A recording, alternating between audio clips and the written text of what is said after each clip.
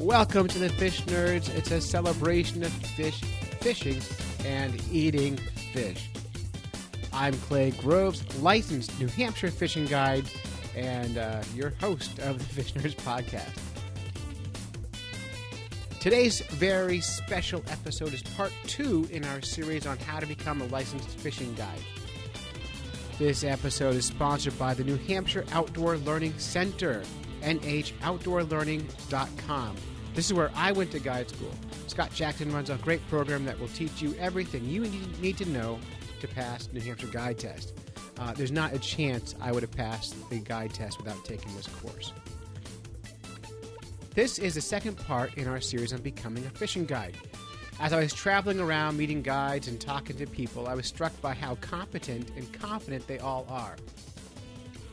The only way to gain that level of confidence is by making mistakes. So I begged the question, what do you consider a bad day with clients? And I've collected 3 stories for you. I spoke to Tim Moore from Tim Moore Outdoors, Captain Sean Tibbetts from MaineTunaFishing.com, and Twin Maple Outdoors. Richard Yvonne joined us to share some of their favorite mistakes they made in guiding, and hopefully we can learn a little bit from their mistakes. Without further ado, first up we have Tim Moore from TimMooreOutdoors.com. Tim Moore is a licensed New Hampshire guide and one of the hardest working people I know. For more information, just go to his website or check him out on Facebook. But we caught up with Tim at a coffee shop in Portsmouth, New Hampshire. And he started off by telling us about what a perfect day fishing looks like and then what it looks like when it all goes wrong. Clay Grove here with Tim Moore from Tim Moore Outdoors. Tim Hello. is a licensed New Hampshire fishing guide and sponsored by every fishing company on the planet. And he is when I'm making my business up, I am looking at Tim for what a fishing business should look like. And I haven't led any trips yet. And so I've asked Tim to tell us, first of all, if he was designing his perfect day on the ice, what would that look like? So first, Tim, tell us about your perfect day on the ice. What does it look like? Perfect day on the ice. With clients. It's overcast, 28 degrees, overcast. Everybody shows up on time. The fish bite very well. Everybody has fun. Everybody does what I tell them to do. And we bring them back off the ice, and they go home happy. They give you money. And they give me money. Yeah. That's well, they've already paid me. That's how I run. But a little tip extra at the end. Sure. It's not a bad thing. It's customary. Now, do you get tips every time? 95% of the time. 95. No, Some people don't know. Dude, there's so many things in life where you tip at. It's hard to know it all. Do people typically tip 15% or just it's a random amount of cash? It's very, very random. I found that most people don't, if they're going to tip, they don't like to tip less than $20. Usually $40. It depends on the price of the trip. I mean, I've done $300 trips and got $100 tips. Beautiful. Yeah. Beautiful. It depends on what they can afford and what they think you deserve. Yeah. And now you don't ever feel owed a tip. No, I don't. I don't getting expect it, but it is. Anybody that's ever been on a guided trip knows that the price of guided trips is based around the fact that guides receive tips. Yeah. And if tipping were removed from the industry, you would see a spike in guide rates. Right. Now, it's not common knowledge, believe it or not, to the people who are buying the trips. Yeah. Unless they always buy trips. That's right. It's not actually, our customers don't know Right. that that's expected. Do you let them know in any way, or do you just... I put it on my website. Yeah. Our trips do not include fishing license, customary gratuity. It's customary. Yeah. And if they don't want to pay or they just didn't read that, whatever. Doesn't matter. The last guy that with a $100 tip made up for it. Okay. You subliminally tell them how much tip. The customary tip of $100. Yeah. Those are always nice. I've received some tips that were as big as the trip itself. It's a beautiful thing. Yeah. So that's what would be a day where you're like on the white perch and people are getting hundreds of fish. And Actually, no, it Really? wasn't. It was guiding. Guiding isn't about catching fish. That's the easy part for me. I can catch fish blindfolded in the middle of nowhere. Mm-hmm. It's making sure that the people that pay me to catch those fish have fun while they're doing it. Right. I was talking to Wilson's up at Moosehead Lake about the business, and they said the same thing. Yep. The fish don't matter. Nope. It's about entertaining your clients. This is a customer service position. Are they warm? Are they comfortable? Are they having a good time? Are they laughing? Exactly. You do that, you're winning. Yep. Catching fish, bonus. Yep. You got to keep them comfortable and keep them entertained. Now, you used to guarantee fish on your trips. Is that still a I thing? still do ice fishing. Ice fishing. Yep. But not open water? No. No. It's too much out of my control. Open water. Right. Ice fishing, you know where the fish live. You got the Vexillars. Yeah, it's my specialty, and I can literally sit in your lap and hold your rod for you if I have to. It's even on a boat. It's hard to do that. Yeah. You know, I can make sure you're going to catch a fish in the boat or especially in the kayak. I can't. People get away from me. They won't. You know, they don't want to listen to me, so they intentionally paddle away so they don't have to listen to me. And I have less control, so I won't guarantee it because part of my guarantee states that there is an honest effort required by the client in order for that guarantee to hold. Right. They're just sitting around reading a book. If you don't pick up a rod Yeah. and you don't catch a fish, you're not getting a free But trip. just kind of aside from this, let's say you're bringing a family of 4 out. Do you guarantee each person will catch a fish, or that a fish will be caught on the trip? Fish will be caught during that trip. Okay. Yeah. Gotcha. Because some people don't fish. Fair enough. But I mean, on your trips, I've been on your trips. People catch fish, Yeah. so it's Yeah. not that hard. No. So that's really cool. I want to bring you out on Silver Lake sometime, and on my lake of no fish, and see what you can do on that lake. Yeah, I hope I never have time for that. I hope you don't either, but For 2 reasons. I'll tell you, if I can master that lake, I would You'd be a hero. be a hero because it's a terrible place. But it's arguably the prettiest lake in the whole state. Yeah. I think the views there are better than Winnipesaukee views or anything else. Okay, so let's talk about disasters. I want you to tell me a story about an ice fishing trip that was just everything went wrong. I should preface with this is if you're becoming a guide, I want people to know that you're going to fail. And, Yeah. And I want to hear about what happened and what you did about it. All right, so there's actually 2 trips that led into one. So I had this pair of clients that came, hired me for a trip, and this is where the inexperience came in. This was in the early days. This was the year before I bought my first snow machine to guide with. So walk-on ice trip. Walk-on ice trip. And I got the bright idea to try a place that I'd never fished. So you didn't scout. I did. Oh, you did? I went there and I scouted it the day before, and I caught nothing. And I brought them there anyway. So you knew that nothing was happening. Yeah, but it was like, I get so busy in the wintertime, things slip my mind, and it just never made the connection. It wasn't until afterwards, like, what were you thinking? You fished there and didn't catch anything. Why on earth would you bring paying clients there the next day? So I brought them there anyways. They caught 1 yellow perch, big yellow perch. But that wasn't good enough for me. It's guaranteed fish, but it's not a guaranteed fish. Right. And if you're in yellow perch, you should be in yellow perch. You should be, Right. yeah. There's no yellow perch are easy. Right. So I offered to bring them again. Only one of them came. I brought them to a place that I knew well. We beat on crappie all day long. It was good. So the next year they decided they were going to come back. I had a snow machine. They saw me at a show. I had a snow machine. They were like, oh, snow machine. We don't have to walk out anymore. We want to come back This with is you. the same machine I had, right? No. No, you have a different one. It was a different one, yeah.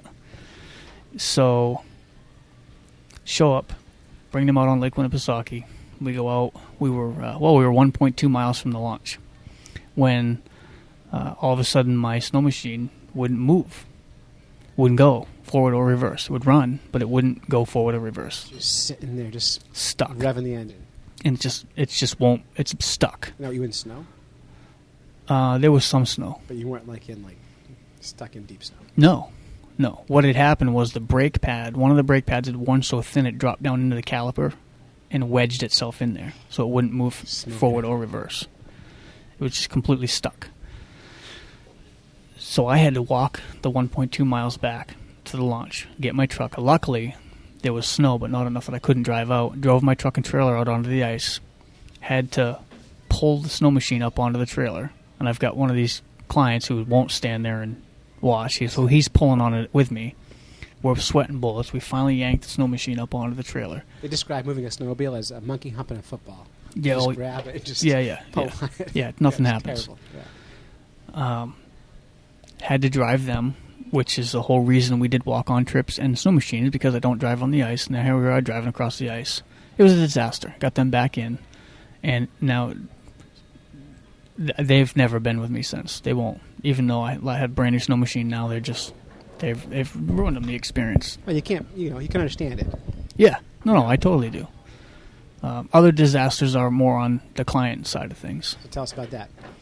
So nightmare clients? Yeah, they won't do what you tell them. So when you hire a guide, it's that guide's responsibility to put you on fish. Right. The word guide inherently it means teacher. Right. Yeah. And in order to catch those fish, you're going to have to fish a certain way. There's a certain technique for a certain lure. Every lure's got a specific action, and you have to be able to replicate whatever's going to make those fish bite. And your guide knows what that is and will teach you. Right, and that's why when I fish with you, I just mirror you. Like I sit next to you, and I just make my hand move the way your hand moves, and I catch fish. Right. That's why I learned to catch lake trout. White perch feed from below. The number one mistake that my clients make is fishing on the bottom, because there are always fish on the bottom. You see them on the Vexilar, they're always there. They're tiny yellow perch. Mm-hmm. If you fish the bottom, you'll be under the white perch. So the clients will come out, I tell them you got to stay up off the bottom. Even if you see those marks moving around down there, you got to stay up above where the white perch can see you. And they just won't do it. And they're down on the bottom all day, and I show them how to do it, and they won't do it. And if you don't do what the guy tells you to do, then you're not going to catch any fish. So do you ever just take that client and switch him to like a number 22 teardrop little jig and let him go to the bottom and catch tiny yellow perch so he's catching fish?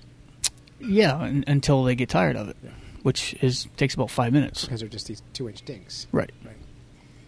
Yeah, so it's from a guide's point of view, especially when you've guaranteed fish and there are these expectations, especially for me, and people come, they'll tell me like, oh, we flew in from Chicago just to fish with you. I'm like, oh, great. Well, then you're going to have to do exactly what I tell you, or you're going to be disappointed. And sometimes they don't. Now, if you're clear up front, I mean, that's helpful, right? It helps me sleep better at night, but it's still frustrating because they get frustrated. Right, and they're not catching the big fish and the volume of fish you want to see them catch and the whole thing. Right, they've spent a lot of money to come here and not catch fish. Oh, that sucks. Yeah, it's horrible. It's one of the worst. It's the worst thing that happens for me as a guide. Right, and do you ever just say, hey, just stop for a second. Let's restart. Let me clarify what we're doing. And it's still... I do. I actually start most of my trips by telling them, I'm going to show you how you should be doing it. And then I'm going to remind you twice. And then you're on your own. I'm not going to babysit you. No. I'm going to show you. I'm going to tell you. I'm going to remind you twice. And if you keep making the same mistake, I'm going to let you make it for the rest of the trip. Do you have any client who just like yells at you and says, I know what I'm doing. Don't try to tell me? Not yells at me. Like I've had some clients that, you can tell by the end of the trip, they're just condescending, and all they talk about is how much they know, and you just try to get through the day, and that's where it's helpful to remember that this is a customer service job. Yep. And at some point, you got to do things other than catch fish. That's when you fire the grill up. Fire the grill up, take kids for snow machine rides, tell jokes. Stories. Yep. Yeah. Cool. Yep. Good. So that's all I need for this, Tim. So thanks. That's Tim Moore from TimMooreOutdoors.com. And you can book him for your ice fishing trip, because I'm going to be so booked up I won't be able to take you out. So. All right. Thanks, Tim. That was totally cool and very, very useful. And, of course, you could book Tim for your next Winnipesaukee fishing trip if you'd like. Next up, we got Captain Sean Tibbetts. Captain Sean runs a tuna and shark charter out of Saco, Maine. Sean took Dave and I shark fishing a couple of summers ago, and along with some listeners, we caught the biggest shark I've ever seen, a nice big fat mako shark. Sean's taught us a ton about fishing for sharks. You can just talk about fishing with him at MaineTunaFishing.com. Sean and I got together and recorded this short segment on top of a mountain in North Conway, New Hampshire. Sean's about the grumpiest guy I know, but we like him anyway.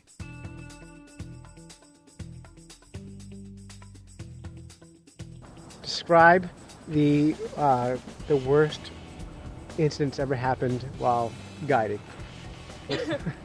Tell me about your guiding nightmare. Oh, so the worst. We gotta learn from your mistakes. Oh my God. The worst day I ever had on the water was actually one of the best days of shark fishing we'd ever had. A couple of fish nerds and some guests came on your boat. Well, no, it was one of those bluebird days in August. We had sharks everywhere. They were all over the surface. We'd actually pulled baits all day long. We were selectively pitching baits at the sharks we wanted to catch and leaving the small sharks alone. We get done, clients are beat, they've reeled in all the fish they want to reel in, and we're on our way home,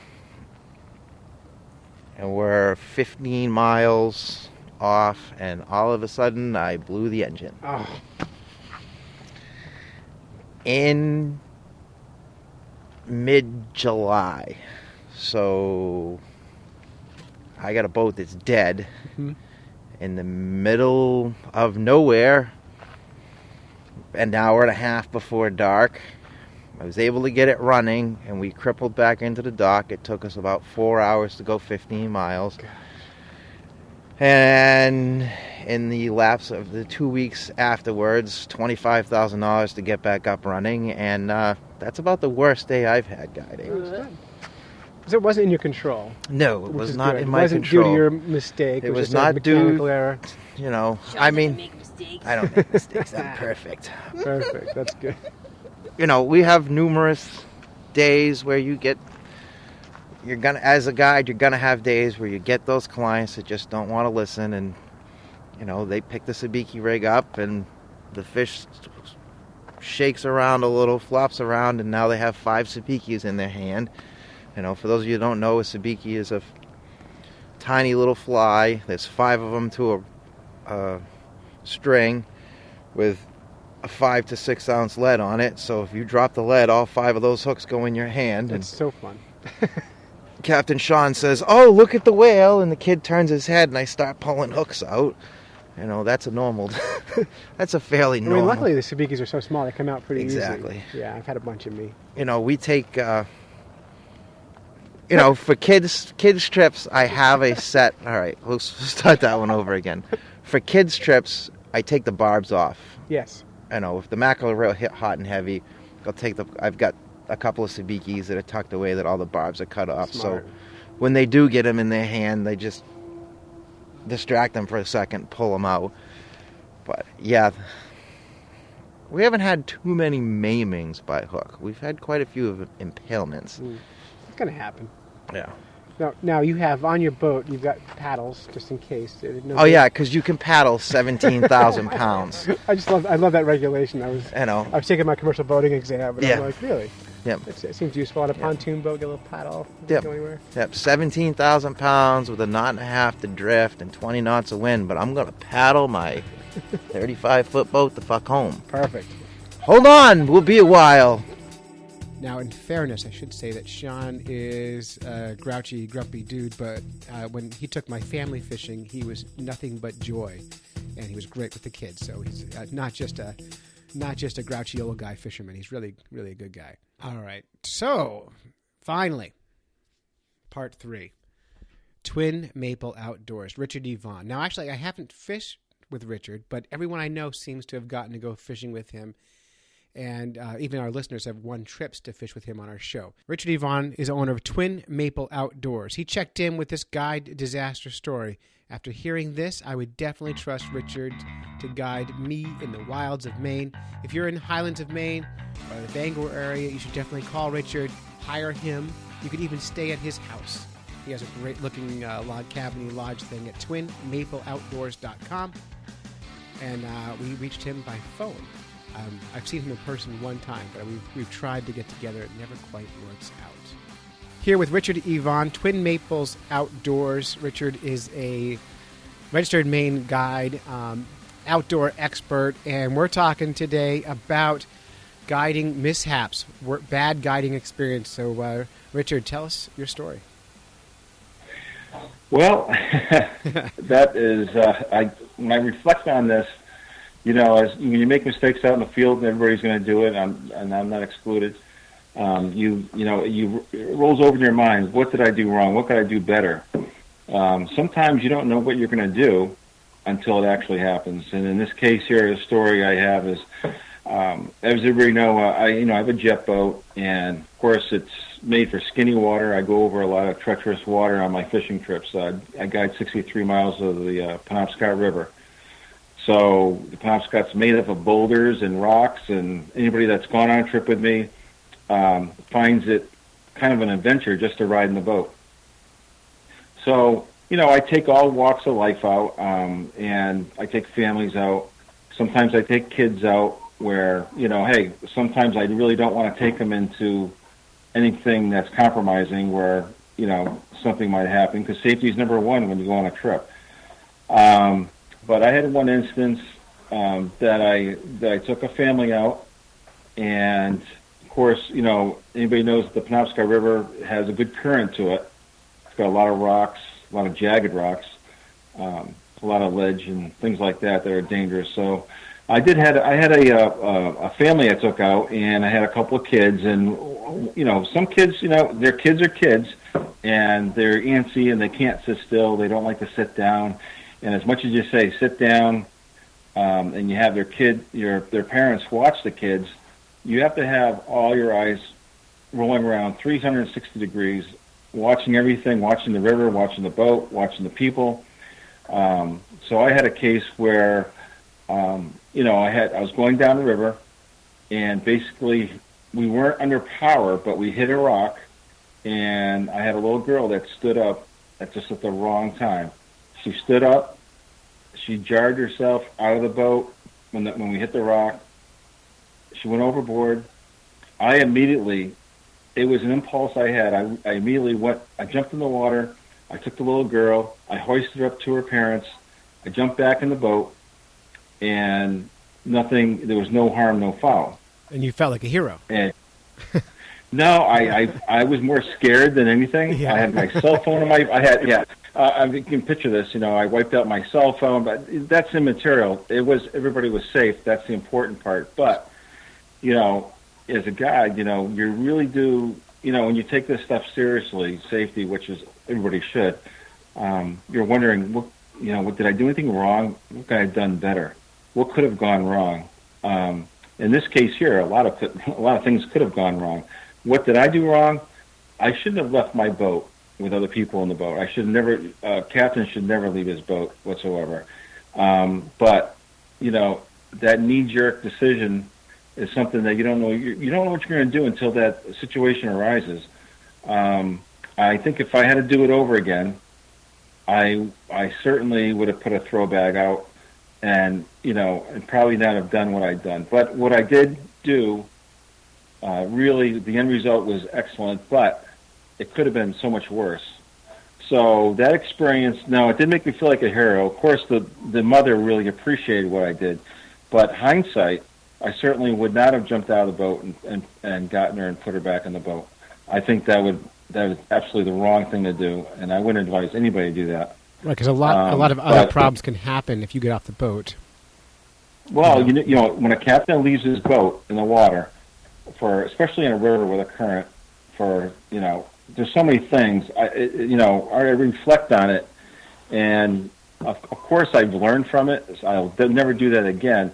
But honestly, it's not something that's premeditated. It's not something that you can anticipate what your reaction is going to be. You know what I mean? When you're in that situation and you got this little girl overboard, oh my word, it's just like having your own daughter out there that fell overboard. Well, there's no difference. I think you just nailed it right there. As a parent, I have daughters. You have a daughter or two? Yeah, I have 2 daughters. I have 2 daughters also, and every little girl I see, I immediately connect with. I immediately think, how if something's happening, I'm going to be there, to help those kids. And so I can totally see that. I probably would do the same thing in your situation. And you can't have that, you can reflect back and say, next time I would do something differently, but what you did, and the end results were positive. So that's a win anyway. So even though you probably did technically the wrong thing, you did the right thing by helping the kid. So that's all right. Well, yeah, I'm just grateful that it did turn out that way. Sure. And it was an emotional thing for me, really, because all these things are rolling in your mind. What could have gone wrong? What and of course for the parents, I gave them all hugs, and it really was an emotional thing for everybody, even though, you might not think so because everybody, they associate a boat being in a nice calm pond or calm lake. But if you can picture yourself, in a river where you have all these hazards, you have a current, at the time the water was warm, but still, even in the middle of summer, people don't realize you can get hypothermia in Maine in the middle of summer. Right. So it makes no difference what time of year. Right. So, and as a Maine guide, Maine guides are some of the most highly trained outdoorsmen in the country, I think. You have one of the biggest barriers to entry to get into the guide service in Maine, so you're pretty highly trained. Well, the thing is, we do have a rigorous testing, test to get our license to begin with. As far as the training goes, it's a continual thing. I've been training since I was 8 years old to be a guide, to be honest. And every experience every trip you have, or every experience out in the outdoors, is part of your training. You don't run into these situations every day where a little girl's going to be knocked out of your boat. So to say what you're going to do beforehand is so much easier than actually what's going to happen. Absolutely. When you're out there. So I guess, anybody that's out there in a boat and they're a captain, and at the end of the day, you are responsible for your clients, no matter what. And you take personal responsibility for everyone's, their well-being. So it's a very serious thing with me, whether I'm hiking and, I'm going on a 4 or 5 mile hike out in the wilderness where you're literally an hour and a half from a hospital. So when you have that little kid that wants to jump off that big boulder out in the middle of the woods, you really, really have to, sometimes you got to be the bad guy. Well, you got to say no. That's not got to make acceptable. safety number one thing. So it's nothing else That's more right. important. Catching fish That's is what I'm cool. stressing. Catching fish is cool, but Right. Kids leaving, with broken limbs or dead is bad for business. So I think you better have much better to have a client saying, "Richard ended the trip early because my kid got hurt and took her to the hospital, which she didn't need to go." Than have it be the other way where my kid, died or something terrible, worse happened. Right, or the kids are just not responding to discipline, or they're not, they're not listening to anybody, and they're doing their own thing, and it's they're endangering themselves. Mm-hmm. Well, sometimes the guide has to be the bad guy and say, you know what, I think it's time for us to go in. Have you done that? And I was close to doing that. No, I haven't done that, but I did threaten to do that on one trip. And these people have to realize, you have to get a helicopter to take you out of here if something catastrophic happens. Of course, I do have backup plans for the worst case scenarios, but the best thing is that ounce of prevention is better than a pound of cure. It goes a long way when you're out in the woods. Well, that's perfect. Well, hey, so thank you, Richard, and that's Richard Evon, TwinMapleOutdoors.com. And, of course, you can find links to Twin Maple Outdoors at fishnerds.com and on social media, all over Facebook and Twitter. And Richard's great, so reach out to him if you have any questions about guiding. Thanks. Thank you, Clay. Cool. All right. Thanks, Richard. Again, that's TwinMapleOutdoors.com.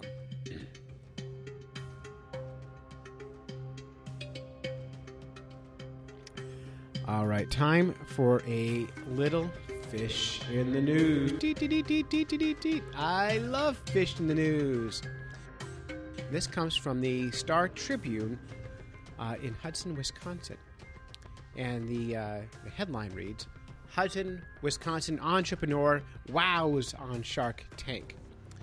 Vance Zahorsky, an avid fisherman, nets $120,000 investment on the show. He entered the infamous Shark Tank seeking $120,000 in return for 20% of his company, but he ended up giving up 33% to seal the deal. While other sharks showed interest in the company, Daymond John, the multi-millionaire behind FUBU, was the only one to make the formal offer after seeing the device marketed as the ultimate fishing essential on the company's website. The exposure is a huge victory for the startup that Zahorsky founded on a whim in 2013. He quit his six-figure salary job at an appliance company in Arizona, sold his prized fishing boat and the dream home he helped build with his bare hands, then moved back to his hometown in western Wisconsin with his wife and two young daughters. A prototype made of welding putty and a dental floss cutter would explode into a booming business. Less than 2 years after launching, the rings now sell in hundreds of independent bait and tackle shops in 8 different countries. When Zahorsky realized the rings also cut thread and yarn, the products were stocked in quilting stores, and it retails for $12. Now, fish nerds always go one step further. We had Vance Zahorsky on the week before he came onto the Shark Tank, and I called him yesterday and got him back on to get his reaction after he won. It's always fun to kind of follow up and see how it feels to finally make it in the world.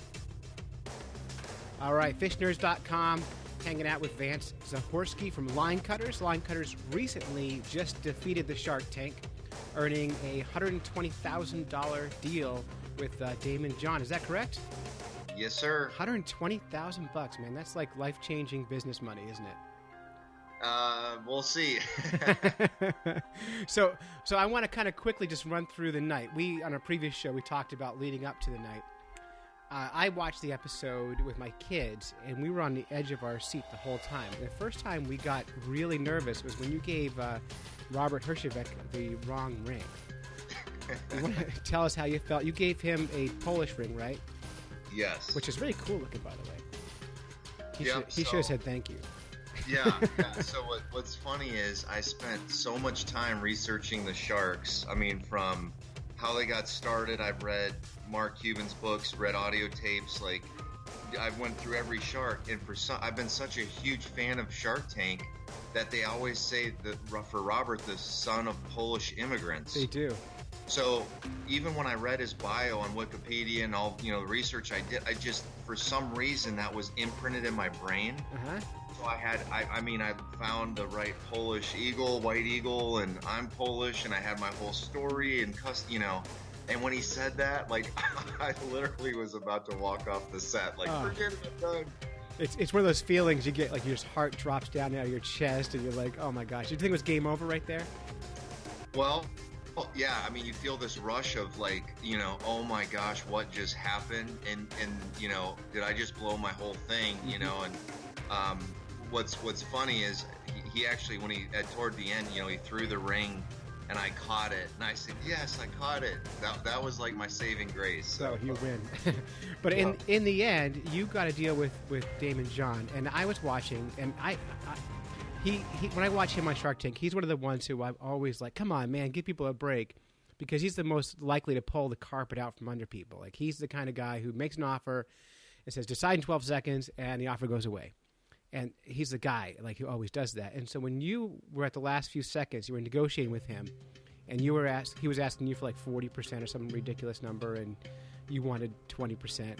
And you were just negotiating. I thought at any second now he's going to just dump out on you and bail. And you actually negotiated down with him when I think nobody else could have done that. How did that feel? Well, it was pretty intense. And what's really hard, after being a fan of the show for so long, it's when you're at home and you're watching and you feel that intensity. Mm-hmm. Imagine that times literally like 1,000. So you have all these cameras on you. You're in front of Mark Cuban and Lori and all these celebrity, people that are just amazing business people. And you're in there for 40 minutes or so, and they're hammering you on numbers, and you're sweating and shaking and nervous. And then you start negotiating. Like, the pressure and the intensity is so overwhelming. And I think if I wasn't so passionate about this company, I don't think I would have been able to negotiate like that. If it wasn't something that I put my whole soul into, there's no way I would have been able to look Daymond John in the eye and say, I can't do it. And at 30%, I was done. Like, when I said, Daymond, like, my whole world crashed. I'm like, we're not doing a deal today. And what's interesting is Mark Cuban said, he whispered, like on TV. They show, it sounds like he's loud, like do a third, but they have these giant boom mics that you don't see. When I was battling with Damon, Mark Cuban literally whispered, like I barely caught out of the corner of my eye, and he said, do a third. And at the last second, when Damon was about to pull out, I just said 33%, just throwing it out there. And then there was this really long, nerve-wracking, awkward pause. And then he said yes, because I thought he was out. And that's when it was like, oh my gosh. Well, my kids stood on their couches screaming. They were so proud of you. So you have a 7-year-old and a 9-year-old girl. These two girls who are just in love with what you did there. They were so proud of you. And, well, high five them for me. I will. I would totally do it. So congratulations. So now we're 2 weeks out from your big win. And how's it feel now? It's been pretty awesome, like really overwhelming. We're in the Star Tribune, which is the big Minnesota Twin Cities paper, and I've had some schools reach out that want me to talk at schools, and people from Japan. There's a TV show that wants me to kayak fish in Japan. That's fantastic. It's been beyond insane. There's a Texas chain in the South called Buc-ee's that I'm talking to.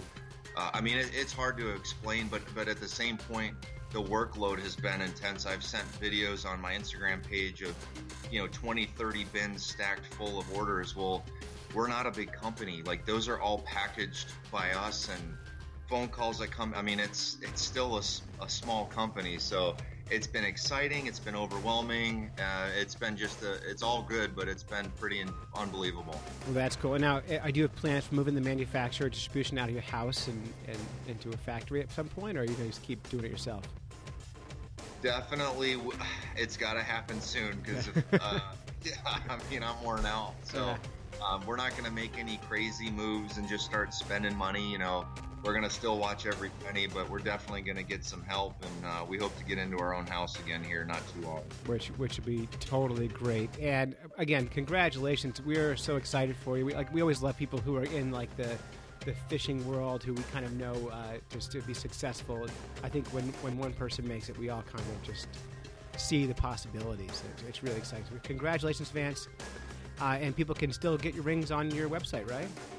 Yes, sir. And Clay, I just want to say thanks to the Fish Nerds community. I've gotten on your posts just amazing comments, and I'm really, really honored to have kind of our family, Line Cutters family and Fish Nerds family, kind of meld together here. So I just can't thank all the Fish Nerds community for all the support. It's been surreal. Well, you're a nerd just like us, Vance. So we're happy to see you. And you can pick up Line Cutters rings at linecutterswithaz.com. Vance, that's it. We're done. Awesome, buddy. All right. And by the way, this episode is also supported by our friends over at patreon.com. Our friends are our listeners. If you are not already supporting the show and you want to keep this show going, we need your money. It costs a lot of money to make this show every month, and if everyone who listens gave us $1 an episode, we'd be making $4 a month per listener, and that would be all the money we ever needed to keep the show going. So if you like the show and you want to keep it going, throw some money in the hat and at patreon.com, and you can be part of the show. If you donate $5 an episode, I'll send you a Fish Nerds beanie this winter to keep your hat warm. And our new beanies this year have fleece inside them, and they're super, super warm. So that's it. You've listened to a few Fish Nerds when you could have been fishing. We'd like to thank our families for supporting us while we podcast, go on fishing quests, and do all sorts of silly things that nerds do. If you would like to support the Fish Nerds, go to patreon.com, search for Fish Nerds, and give us $1. Just $1. Special thanks to Tim Moore at TimMooreOutdoors.com, Captain Sean Tibbetts, MaineTunaFishing.com, Richard Yvonne, TwinMapleOutdoors.com, and Vance Zahorsky from LineCutters.com. I should also say, if you want to book a Fish Nerd to take you fishing, you can book me at FishNerds.com. Just give me a call, and I'll take you fishing at a pond in my neighborhood. That's it. Thank you.